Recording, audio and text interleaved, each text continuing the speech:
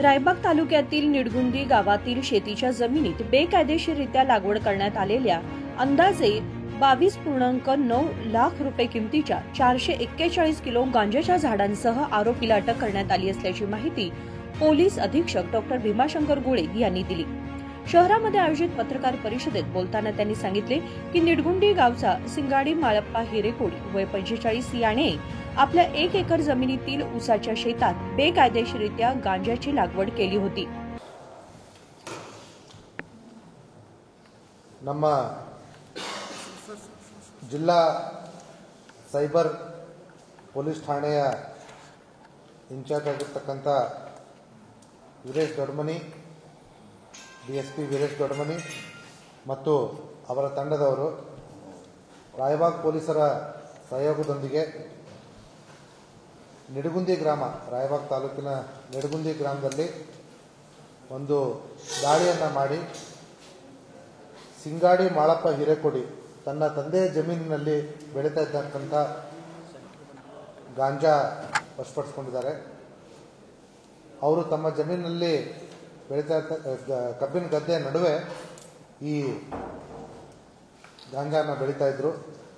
ಒಟ್ಟು 440 kg ಗಾಂಜಾನ ನಮ್ಮ ಪೊಲೀಸರು ವಶಪಡಿಸಿಕೊಂಡಿದ್ದಾರೆ। ಐ ಥಿಂಕ್ ಇದು ನಮ್ಮ ಜಿಲ್ಲೆಯ ಇತಿಹಾಸದಲ್ಲಿ ಅತಿ ದೊಡ್ಡ ಪ್ರಕರಣ ಆಗಿರಬಹುದು ಇಲ್ಲಿವರೆಗೂ।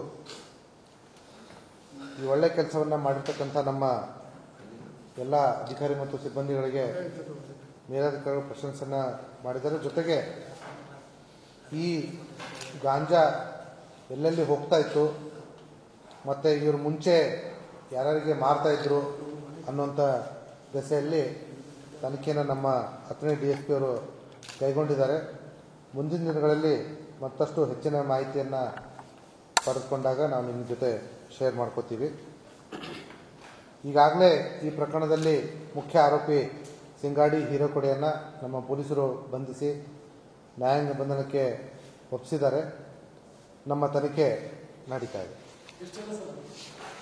ಮುಖ್ಯ ಆರೋಪಿ ಒಬ್ಬನೇ। ಈಗ ಮುಂದೆ ನಮ್ಮ ತನಿಖೆಯಲ್ಲಿ ಏನು ಕಂಡು ಬರುತ್ತೋ ಅವ್ರನ್ನೂ ಕೂಡ ನಮ್ಮ ತನಿಖೆಯಲ್ಲಿ ಅಳವಡಿಸ್ಕೊಳ್ತೀವಿ। ಮೌಲ್ಯ ಸುಮಾರು ಈಗ ಮಾರ್ಕೆಟ್ ವ್ಯಾಲ್ಯೂ ಸುಮಾರು 20 ರಿಂದ 22 ಲಕ್ಷ ಆಗ್ಬೋದು। या संदर्भात मिळालेल्या माहितीच्या आधारे रायबाग पोलिसांनी छापा टाकून गांजाची झाडे, फुले, खोड आणि मुळे यासह जप्त केली आहेत। इतक्या मोठ्या प्रमाणावर गांजाची लागवड झाल्याने या प्रकरणाला गांभीर्याने घेतलं असून पुढील तपास सुरू असल्याचं त्यांनी सांगितलं। विनोद कोलकार, KMM मराठी, बेळगाव।